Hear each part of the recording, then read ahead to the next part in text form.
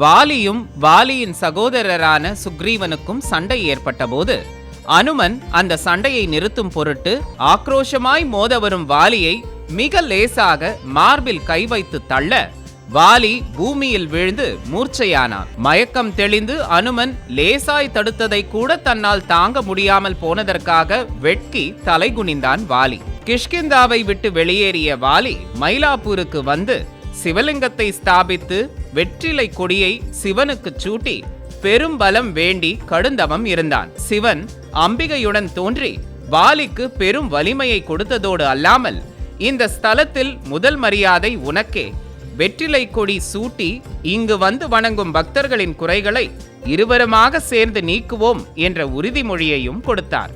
வாலீஸ்வரர் திருக்கோயிலின் சுற்று பிரகாரத்தில் தென்மேற்கு மூலையில் பெரிய பல்லி பொறிக்கப்பட்டு தோஷ நிவர்த்தி ஸ்தலமாகவும் உள்ளது.